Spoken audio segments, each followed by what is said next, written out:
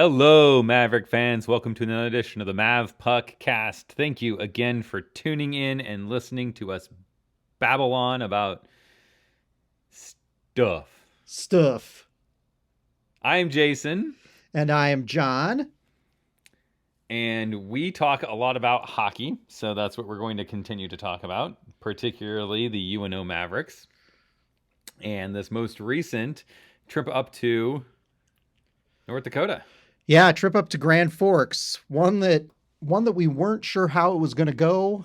We had to end the season. We had a 2-game stretch with North Dakota, a home and home. So one with the first weekend we played here for one game at Baxter Arena, and that was February 20, was that 25th, 26th? And then the following week we played March 5th in Grand Forks to end the season. So 2 games with our travel partners, both at the campus sites. We lost the first one at Baxter Arena, which was our final home game of the year, our senior night. Even though we didn't celebrate senior night, we ended up losing that game. We head into Grand Forks with the final game. I wasn't very confident of the game. Jason, however, said that UNO was gonna cap the season with a 5-1 win in Grand Forks.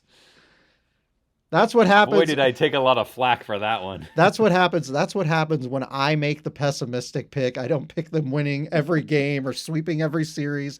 Jason decides to be kind of avant-garde and take the opposite approach. And not only did he take the opposite, he could have said, that UNO would win 3-2 in overtime or something like that. But instead, we're going to win this game 5-1. We're going to make this bold statement. And yeah, we all thought he was a little bit crazy. And UNO did not win the game 5-1. However, UNO ended up winning this game 3-2 in overtime. So I'd like to point out 5 goals were scored and we won by 1 goal. So I see. 5-1. I see what you're doing there. Okay, yeah. So Jason has come up with some sort of, just bizarre symbolic math that represents his score prediction. Now, his daughter did win her youth hockey game 5-1 this last weekend, her championship game in the Mavericks Stampede tournament. So, I mean, the 5-1 that was on your brain did end up having some significance in your life. Yeah, the crazy dream was probably just a little bit of a miscommunication on which game I was dreaming about, I guess. I don't know. Yes, the hockey gods didn't quite communicate that right, but yeah. It was a good weekend. So, break it down. First period, not much to talk about. I think it's really just coming, we enter the second 0-0, so it's really just a question of the play that UNO had, their performance in that first period.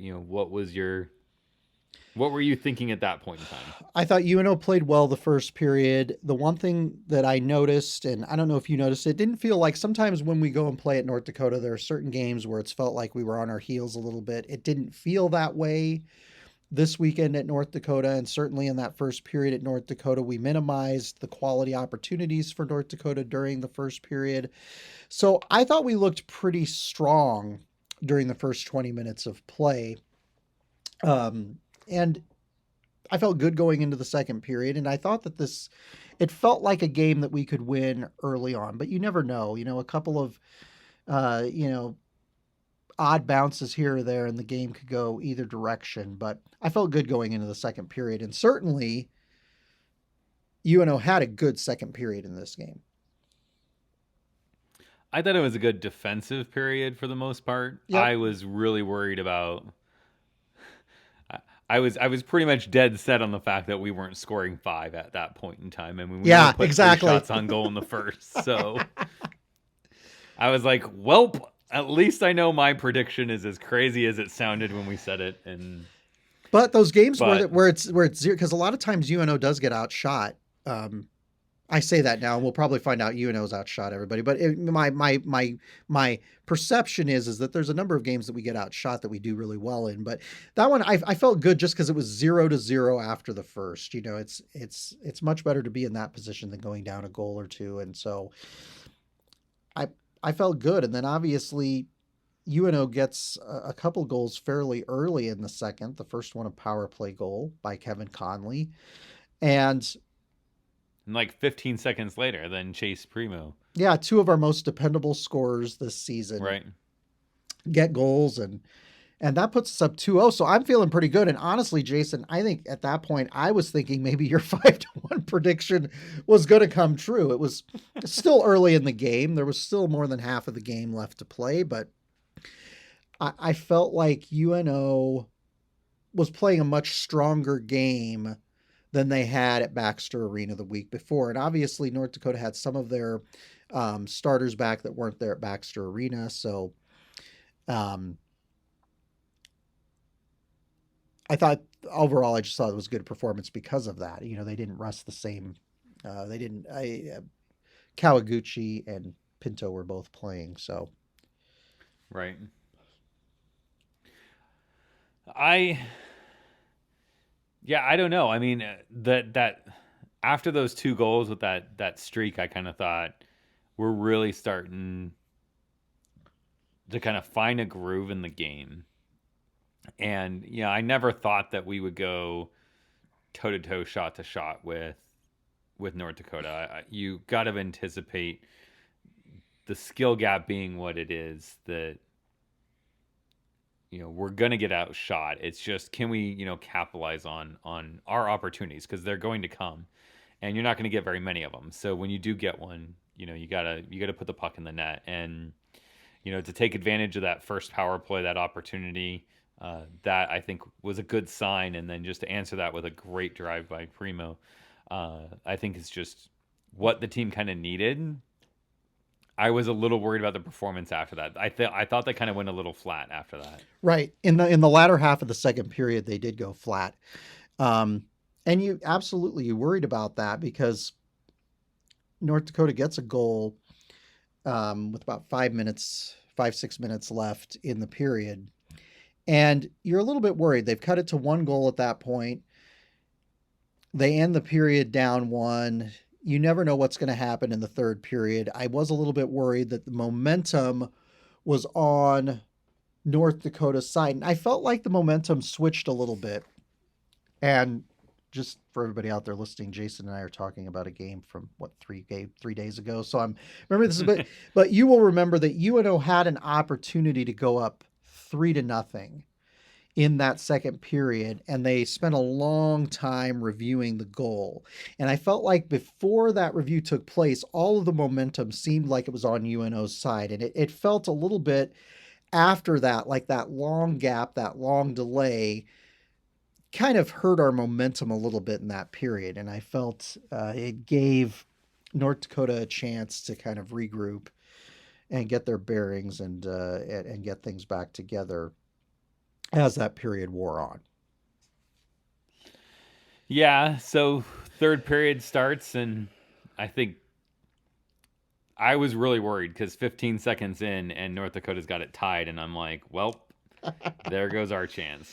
Yep, and it's Jordan Kawaguchi who gets the goal, one of their top-tier, top-flight players who decided to come back this season rather than going pro. And yeah, that was a tough point for UNO because I'm worried at that point. It's tied up. You're like, oh my gosh, have the scales tilted the other way now, and is this thing going to kind of start to roll the direction we don't want it to go?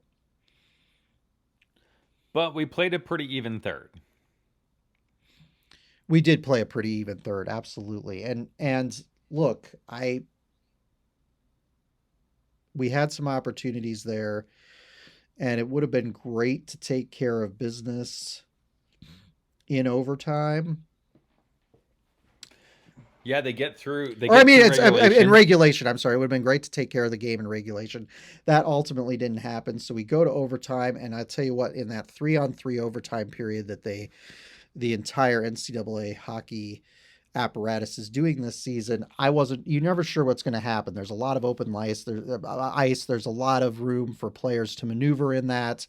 But we have some pretty quick skilled, talented forwards. And when you're in 3-on-3, it's actually, I mean, I think in many respects, going against North Dakota in that 3-on-3 overtime is good because we've got forwards that can run with them. When when you're dealing with 5-on-5, it's a little bit different because they have some really talented defensemen on that team. It was described to me that playing North Dakota, when you look at their blue line on that team, it's kind of like playing an AHL team.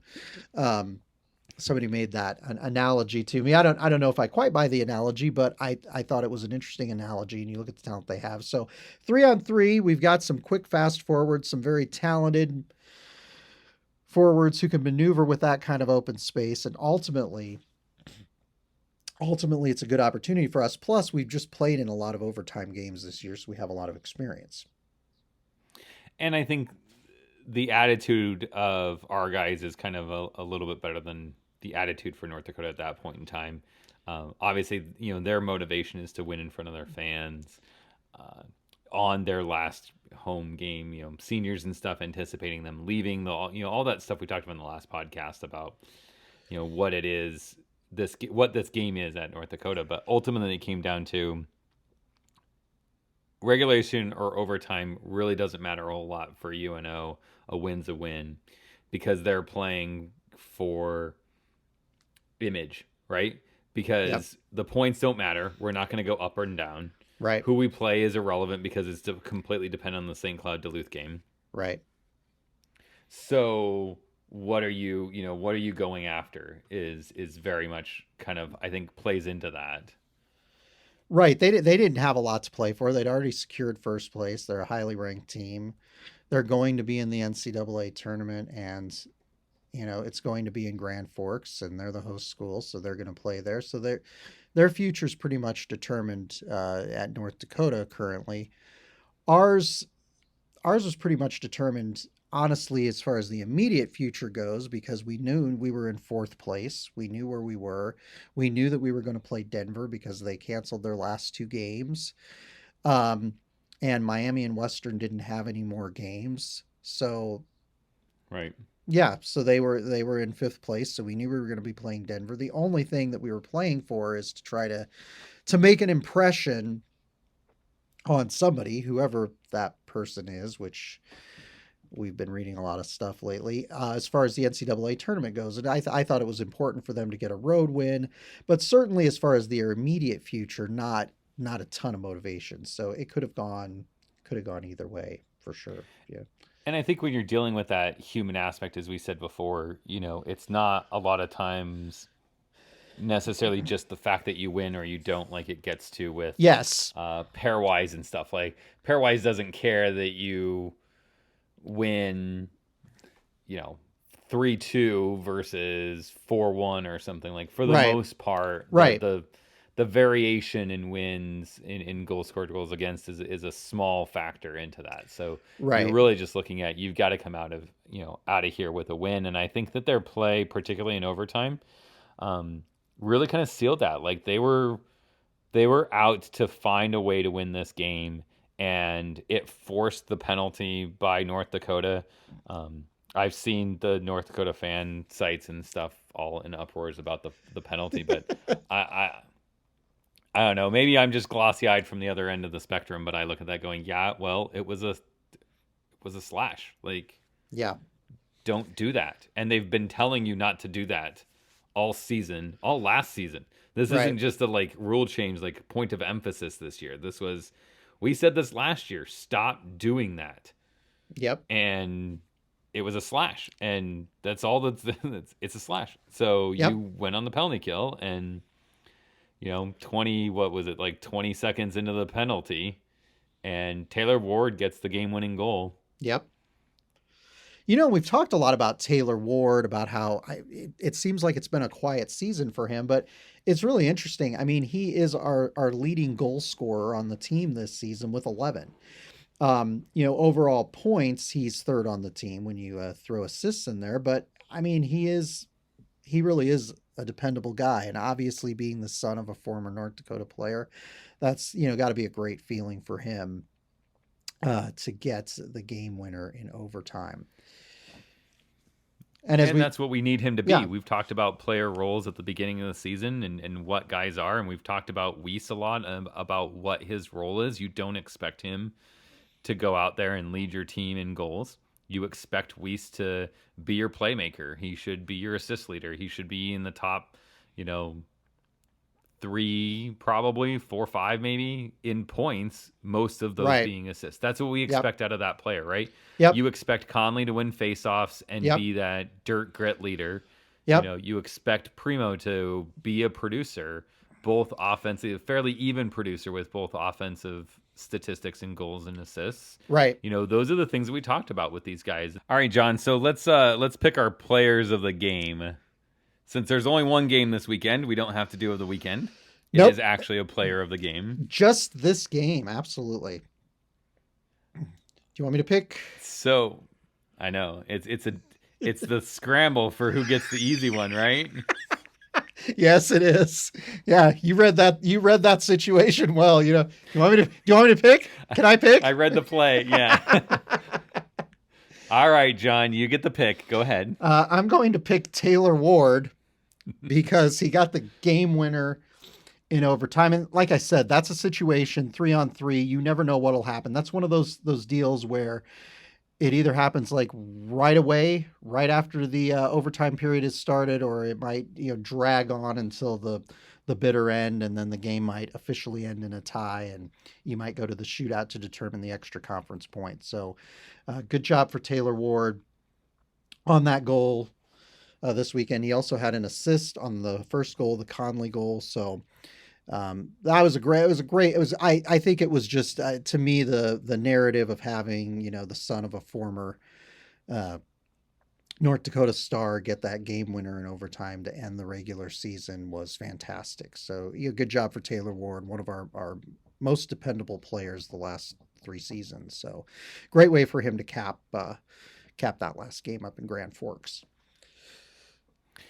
Yeah, I think that's big because it does go down as a win and not as a tie. Yep. As it looks in the NCAA, and that's kind of the big thing, like we talked about, that they're going for with the vision and what this team looks like when you're trying to ask for a seat at the table when it comes to 16 teams going for the NCAA trophy. So well, and that was big. Yeah, and to your point, Jason, this was one of those deals where we played North Dakota 6 times the second half this season. And I really didn't want to go 1-5 against them. So 2-4 was a better finish against against the top team in the conference for sure. Well, I will take a similar approach. Someone I thought was probably a fairly easy pick, Kevin Conley. Yep. And I think it goes back to what we were just talking about before kind of moving on to the player games. We expect certain things out of certain players. We don't expect, we don't really expect Conley to be your top scorer. And if he is, great, but it probably means that some guys are underperforming more than that he's, having some kind of insane year, right? Like he's doing everything that we expect him to do. Yep. He's consistent night in and night out. I mean, I think that I'm trying to remember the last game that we've had that I didn't at least have him on my list of the guys that deserve recognition. Yep. So when he puts up a goal and an assist, and is a positive in the faceoff dot, I think that's what we expect. That's what we need out of him, particularly going into the tournament, the conference tournament, and then into the NCAA tournament, hopefully, cross fingers, pray. Then, we need him to be that guy. We need Ward to be that guy. We need Weiss to step up and be that guy. And we're going to need some of these other guys down on the roster, the freshmen and stuff that we've talked about. Bremer, Prokop, Scanlon. Those are guys that we're going to need to kind of step up. Scanlon with 2 assists was certainly a guy that had to be on the list. Hopefully he was on yours. He certainly was on mine.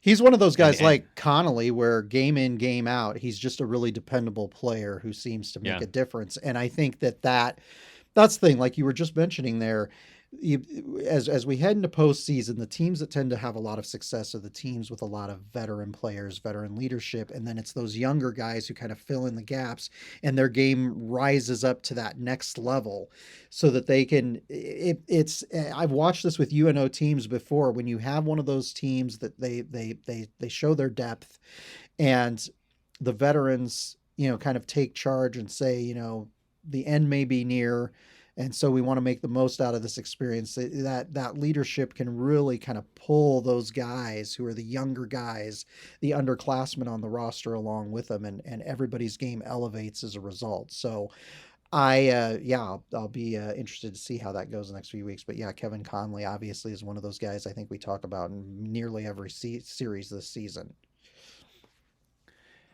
Yeah, and like you said, Scanlon as well.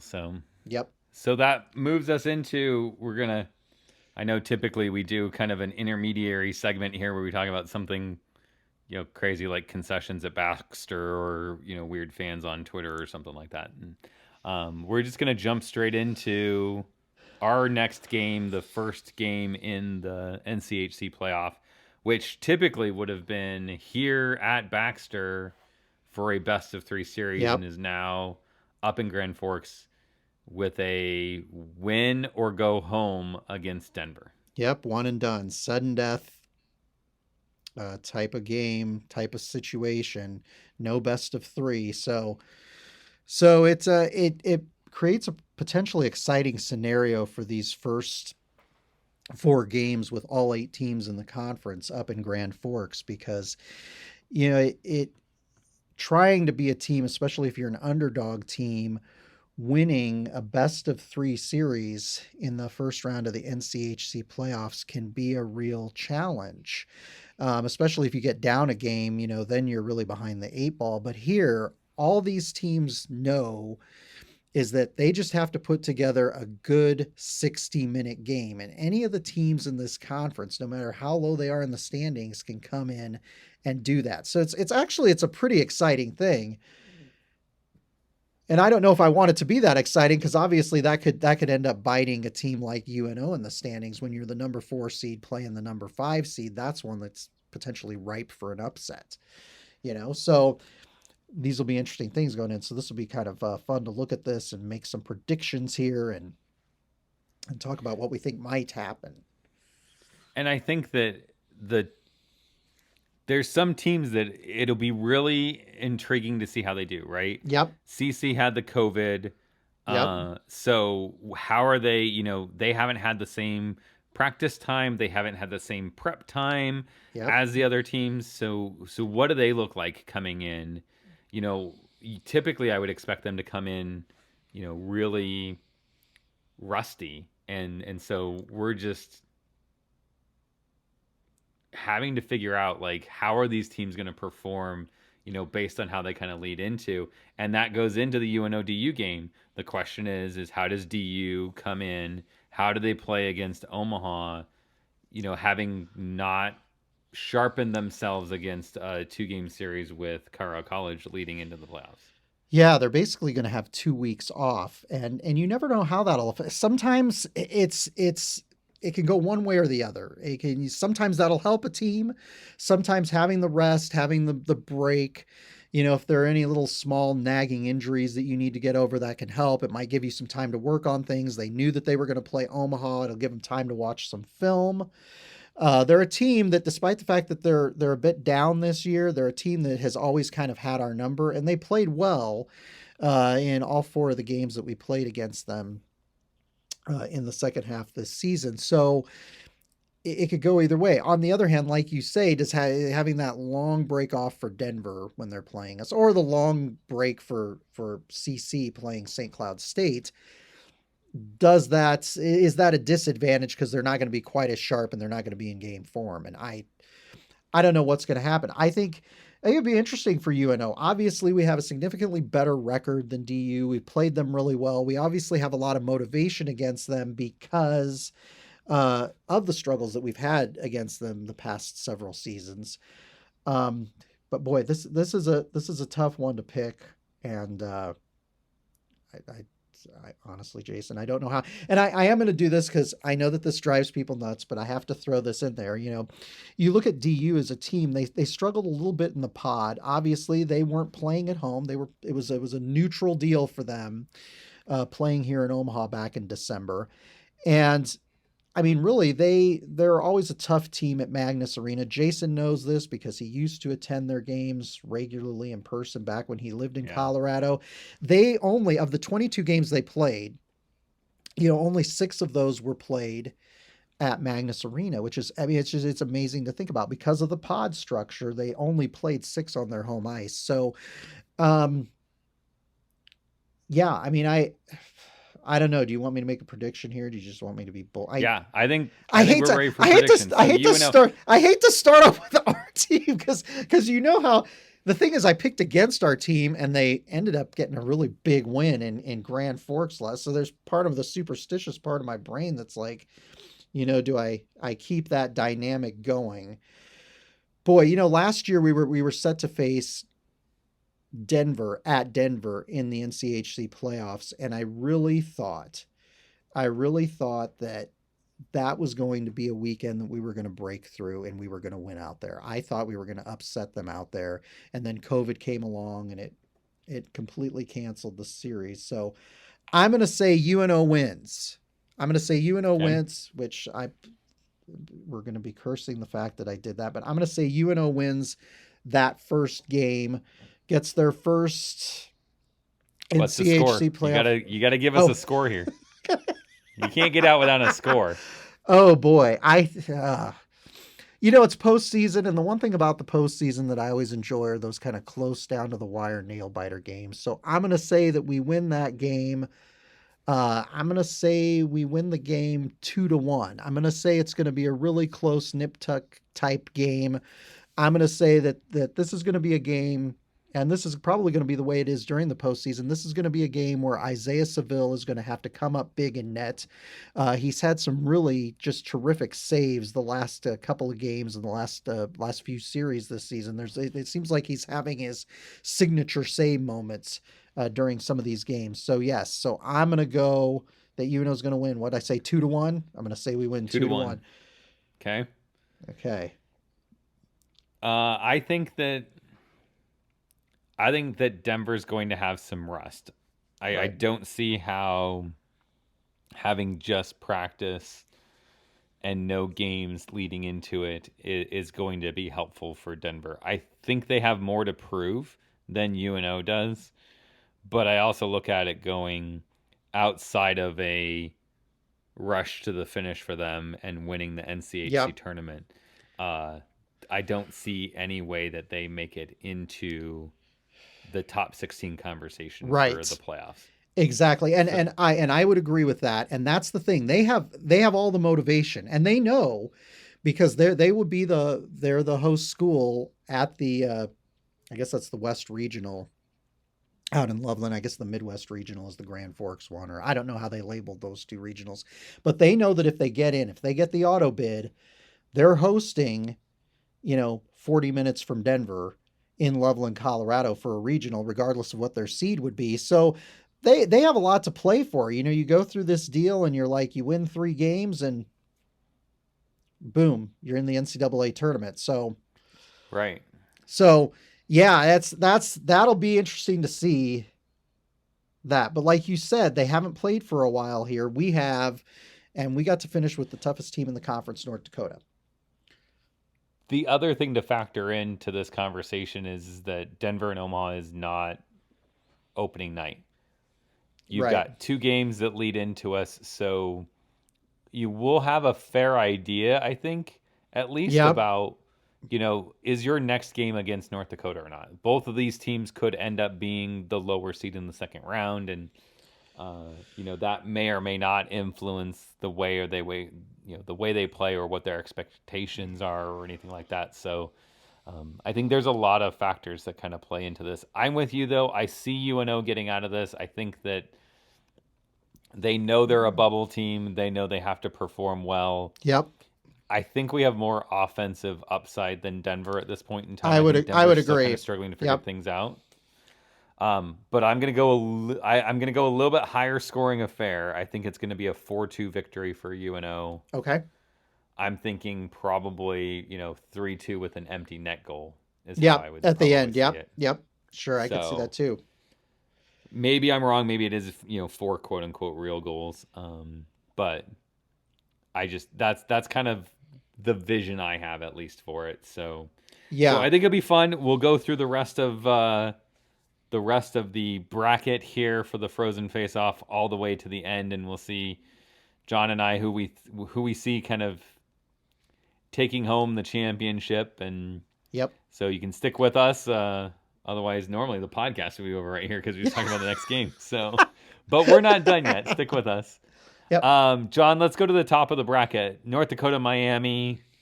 The question here, I think, really is just: do you see is there any way that Miami upsets North Dakota? That's a really good question. Like I said, this is I think it's very unlikely that will happen. But again, because it's that one game type of deal, and the question, I guess the question kind of continues, that whole, does North Dakota have a lot to play for? Obviously, they're playing the NCHC the entirety of the playoffs in their home arena. That certainly will give them an advantage. They would have played Miami at Ralph Engelstad anyway if the playoff format had been the typical playoff format. I don't, I don't know. I look back at the first game of the pod back in December on it was Miami's and North Dakota's first game, and Miami lost 2-0. So it was a fairly close game, and that was about as close as it came for Miami against North Dakota. They lost 6-2 later on in the pod against North Dakota. I don't see Miami coming in and beating North Dakota, despite the fact that I'm sure they're going to give North Dakota their best game. I just don't think there's enough talent. There's not enough firepower on that team. And the fact of the matter is, I mean, Miami lost let's look here. Miami went 1-9 in their last 10 games. I think they won one against St. Cloud State in Oxford, Ohio, and that was it. So that was a good win against St. Cloud State, but I just don't think they're going to come out and do it. I tell you what, if they do go in and win up there in Grand Forks, that would be really impressive, and I think that'd be just completely hilarious. So, yeah. I just don't. I don't see it happening. It's like going, okay, well, I just sent you into war with one bullet. I mean, in theory, you could still win, but logistically speaking, you probably need a little bit more ammunition. Depends on who you shoot with the bullet, and if they shoot back, right? Yeah. And that's what I'm saying. Like, it would not shock me if Miami upsets North Dakota. If North Dakota goes into this thinking, we're due, it's ours, you all owe us for being North Dakota, which is an attitude they've had in the past. And I'm sure North Dakota, if there is a North Dakota fan out there listening to this podcast, they're going to be up in roared about me saying these types of things. But like, I remember North Dakota, and I remember the times that they had that swagger, that attitude, like we are it, and you all should be just bowing down to be in the presence of North Dakota, and it bites them in the butt. And they lose to some really bad teams in really bad ways and have in the past. Now, will this team? I don't think this team does that. I think I don't this either. team is very much we wanted a chance last year and it was stolen from us. No fault to anyone, but we need to make sure that we take advantage this year. So I don't see any way that Miami gets through. I don't either. Yeah, North Dakota's a team. I will tell you one of the really impressive things about the team is and I think sometimes people trivialize this, they are really good at making adjustments between periods. And so I don't think, but you never know. This could be like one of those fluky NCAA tournament games where you've got the number one overall seed that gets taken out by some, lowly Atlantic hockey team that, nobody thinks can win anything. They come in and they play some really ugly, slow it down style game. If it were a neutral site game, that might happen. I just don't think it happens here. So I would say North Dakota will win. Are we doing scores on these games? Nah, I think these ones Okay. we just do. Okay, good.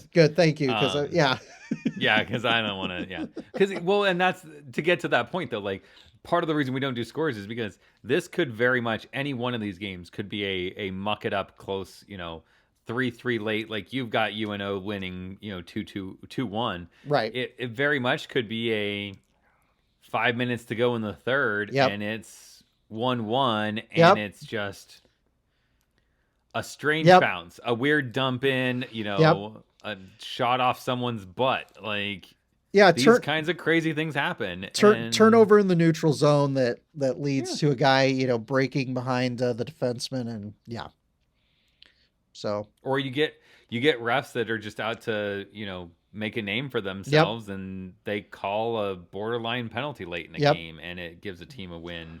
You just don't know what's really going to happen, so it's really hard with these ones and dones to really kind of pinpoint exactly how things are going to go. So we're just kind of picking who we pick. So let's move on. We've got St. Cloud State, number 2 seed, playing COVID Colorado.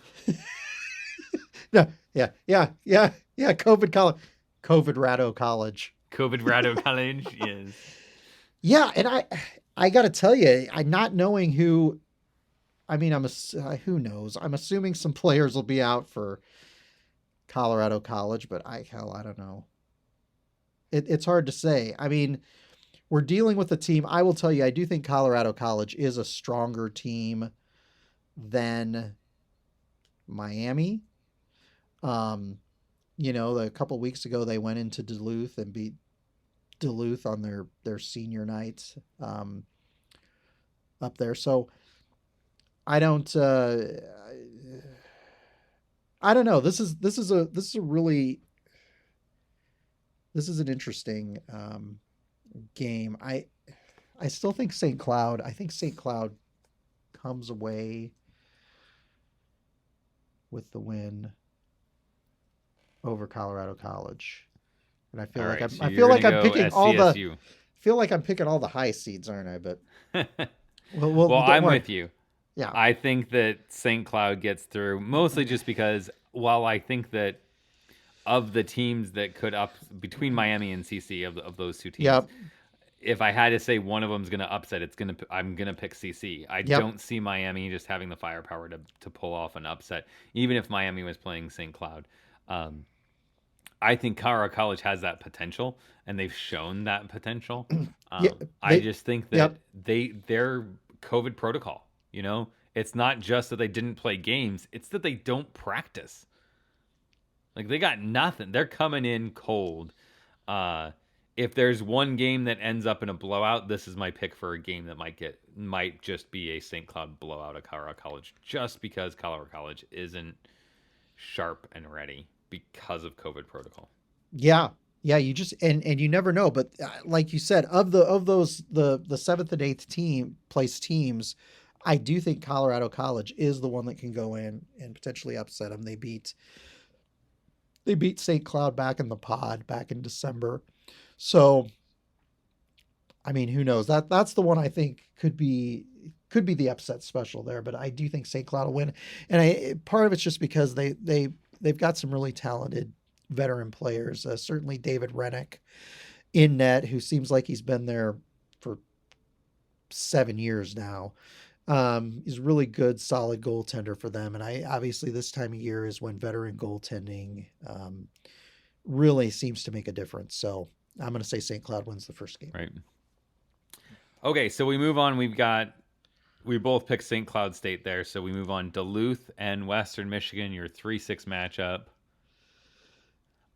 Well, and I mean, Jason, like when we picked national champions at the beginning of the first 2 seasons of this podcast, I picked Duluth each of those 2 seasons. And the first season, Duluth won the national championship.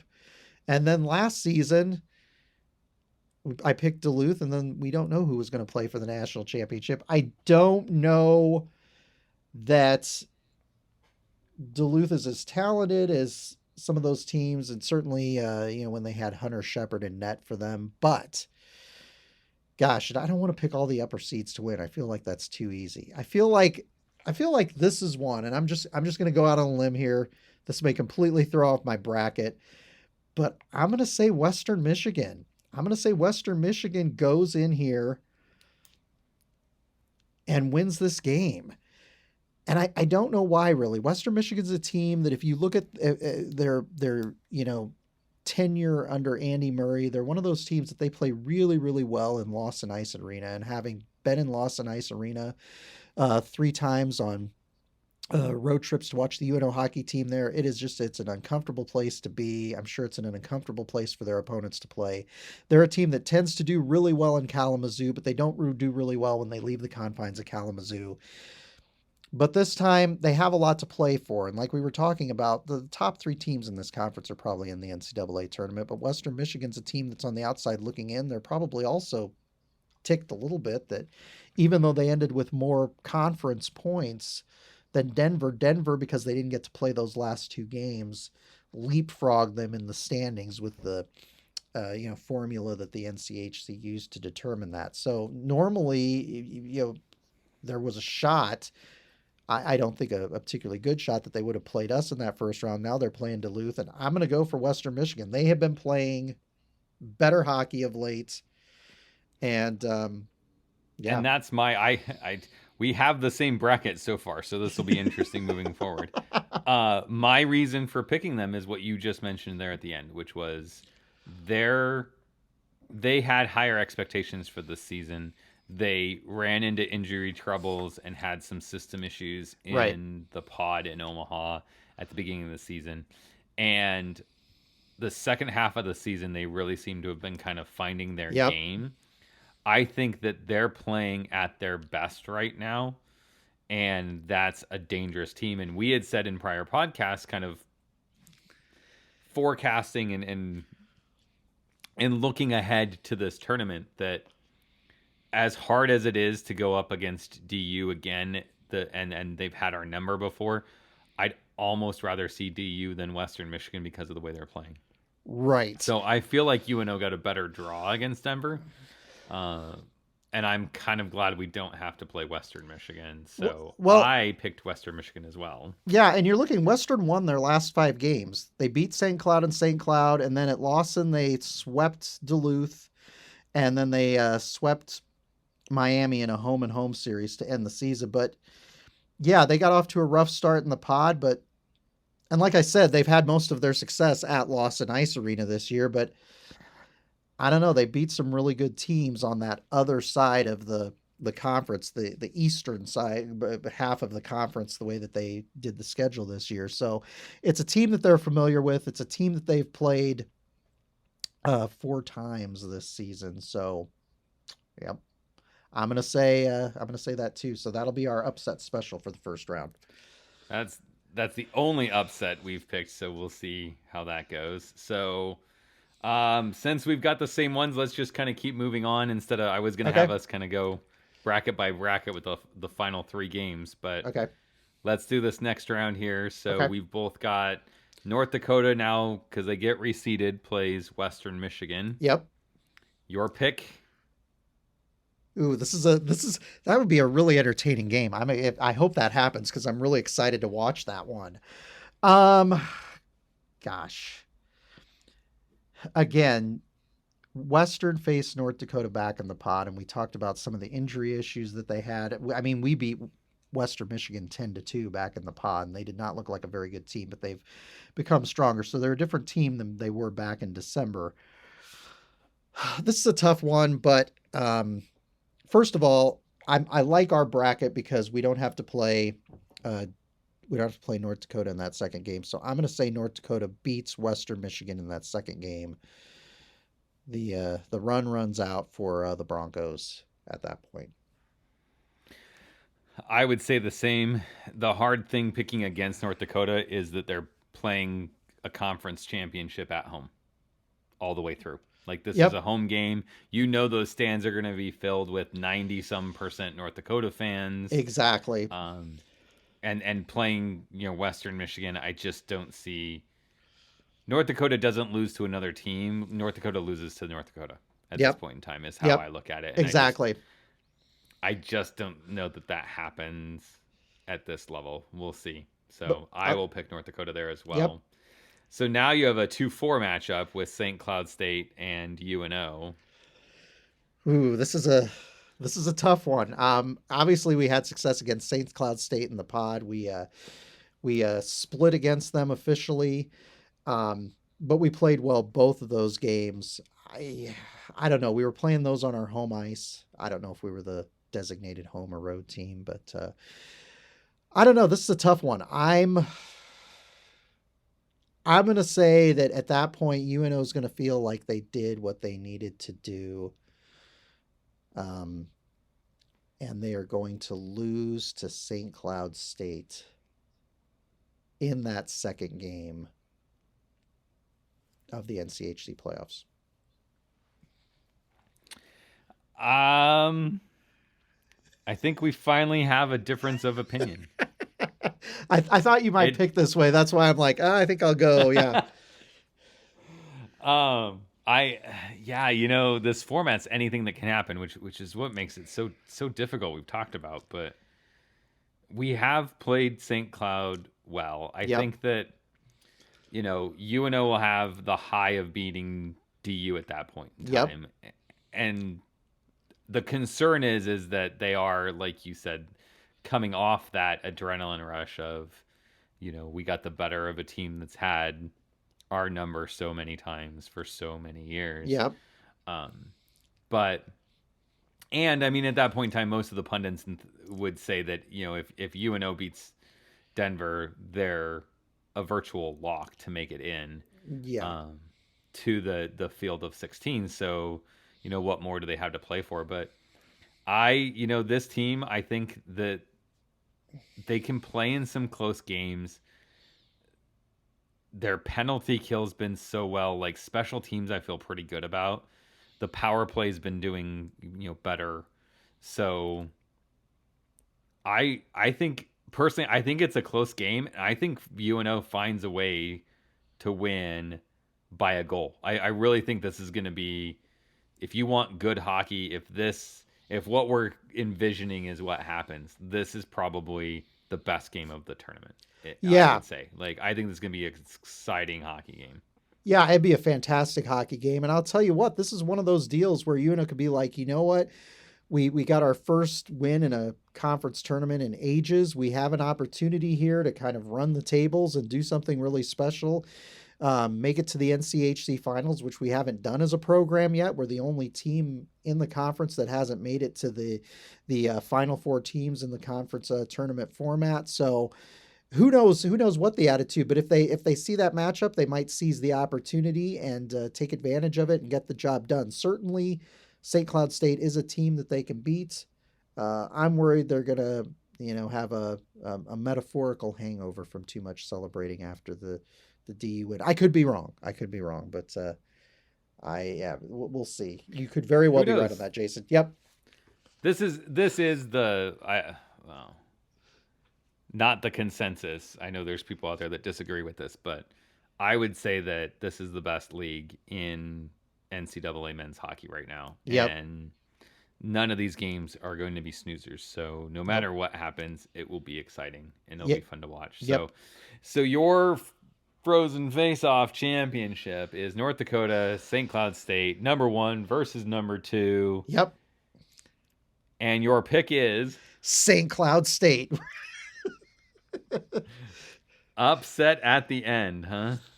Upset at the end, and that really could have an impact on potential seeding if St. Cloud State runs through the NCHC playoffs and beats North Dakota at Ralph Engelstad Arena. I don't know where they would be in the standings at that point, but that would be a big win for them, and that could really change the dynamic of where teams are placed in some of these regionals and what kind of seed St. Cloud State gets and where that's at. So yeah, that's what I'm predicting will happen there. Sadly, there's no third place game to see UNO play Western Michigan in that format like there normally would be at the NCHC, the final day of the NCHC playoffs. But it's all good. It's all good. So yes, so that was not exciting because it didn't involve UNO, but yours will be much more interesting here, I'm sure, because UNO will get to play in North Dakota for the 35th time this season if Jason's scenario happens.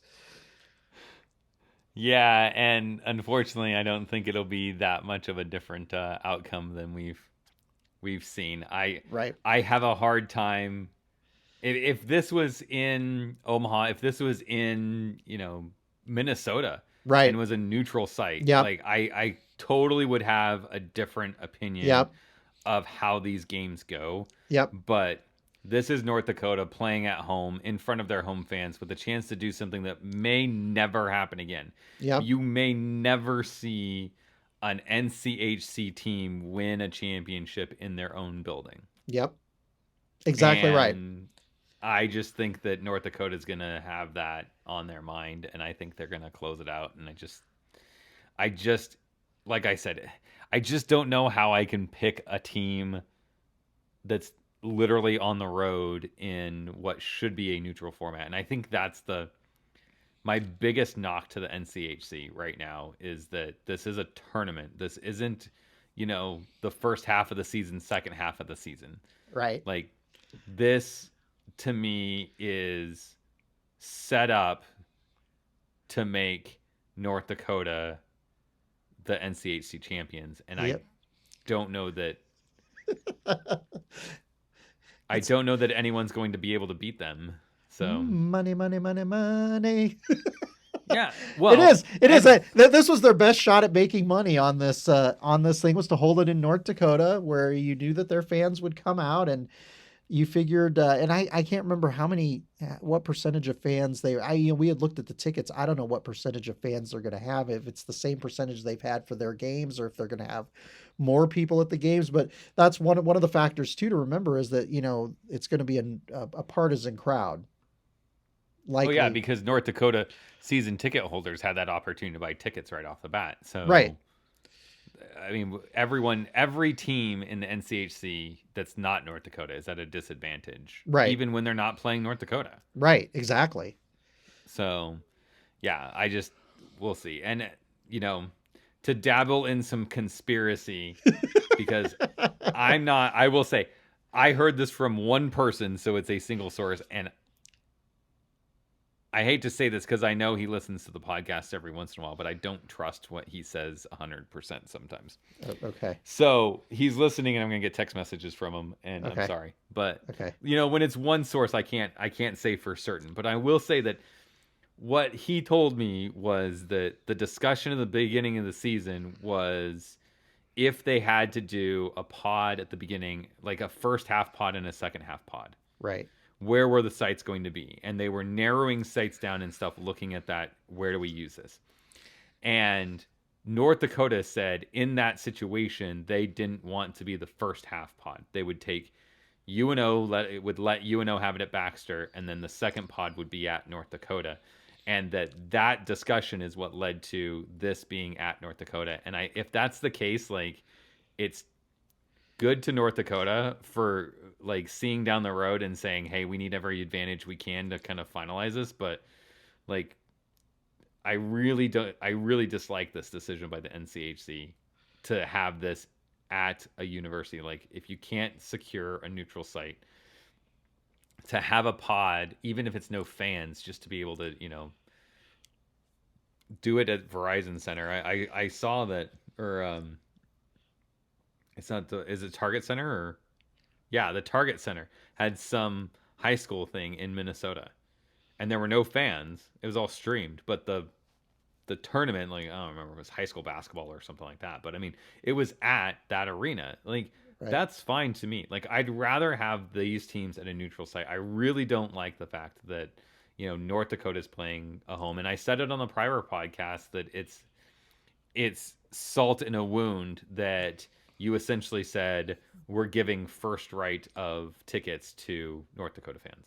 Like, I think you're just setting this up to be everything for North Dakota. So if they lose, like, this is really bad for North Dakota if they lose this tournament, because everything has been set up in their favor.